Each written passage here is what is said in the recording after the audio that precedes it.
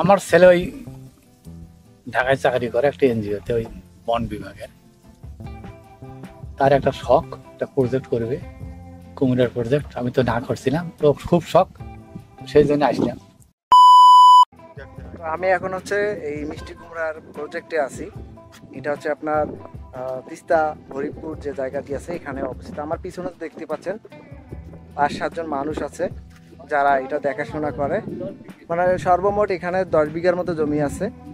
Total এখানে 7-8 জন মানুষ কাজ করে।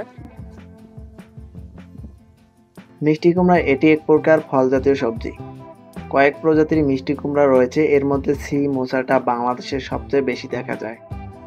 মিষ্টি কুমড়ার আকার পেট মোটা, গোল এবং পাকা অবস্থায় এর ভিতরের অংশ উজ্জ্বল কমলা বর্ণের হয়ে থাকে। এতে ভিটামিন এ এবং বিটা ক্যারোটিন আছে।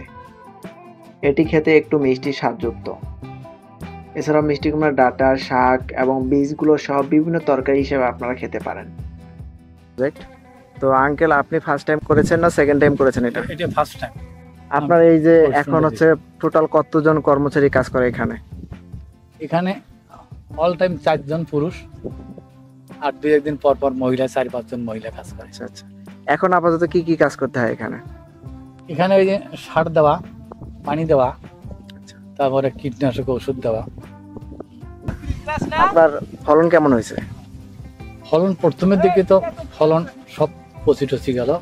পচি যাওয়ার পরে ওই সাজেশন নিলাম ঢাকার থেকে, তার আবার স্প্রে করতে বলে স্প্রে করার পরে একটু পচনের হার কমছে। এখন মোটামুটি গুটি আসছে, ভালো গুটি। কুমড়োটা নমলা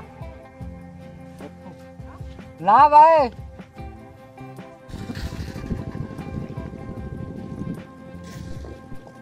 বিস্তীর্ণ এই চরাঞ্চলে এইরকম উদ্যোক্তা হয়ে কয়েকজন ব্যক্তি এবং কয়েকজন লোকের কর্মসংস্থান সৃষ্টি করা, নিজেকে একজন কৃষি উদ্যোক্তা হিসাবে গড়ে তোলে। এবং সেই মানুষগুলো যারা এখানে কর্মসংস্থান পেয়েছে তাদের সঙ্গে একটু কথা বলা যাক। তো যে কাকারা হচ্ছে এই প্রজেক্ট নিয়ে কাজ করতেছে। কতজন কাজ করেন? আমরা দেবী মনে করেন যে 7টা 10টা ওই লেবার, আজকে বেরিয়ে চলে লেবার আসেনি। মূলত এই যে আপনাদের হচ্ছে এই মিষ্টি কুমড়া কখন আপনারা এখানে রোপণ করেছেন?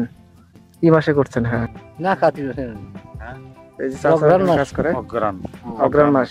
টোটাল কতদিন লাগে এখানে হচ্ছে আপনার ফল পেতে? কাতি মাসে গাড়লে তো ঠিক হয়, বুঝছো? কাতি মাসে গাড়ি মানে পুষ মাসে গাড়া বেশি। ও আচ্ছা আচ্ছা। নাতিশীতোষ্ণ দেশগুলোতে যে কোনো সময় মিষ্টি কুমড়ার বীজ বপন করা যায়। আমাদের দেশে চর অঞ্চল বেশি, সেজন্য চর অঞ্চলকে কাজে লাগিয়ে মিষ্টি কুমড়ার উদ্যোক্তা হয়েছেন। মিষ্টি কুমড়া সাধারণত কার্তিক অগ্রহায়ণ মাসে উপযুক্ত সময়। মিষ্টি কুমড়া খেতে পছন্দ করে না এমন লোকের সংখ্যা খুবই কম। স্বাদের দিক দিয়ে মিষ্টি কুমড়া অতুলনীয়। আমাদের প্রতিদিনের খাদ্য তালিকায় মিষ্টি কুমড়া অতি পরিচিত একটি নাম। এই সবজিটি স্বাদে যেমন উপকারও তেমন।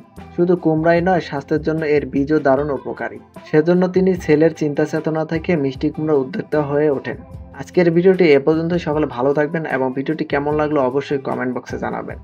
আপনার পাশে থাকলে অবশ্যই ভালো ভালো ভিডিও দেওয়ার জন্য চেষ্টা করব। আজকের ভিডিও এ পর্যন্ত। আল্লাহ হাফেজ।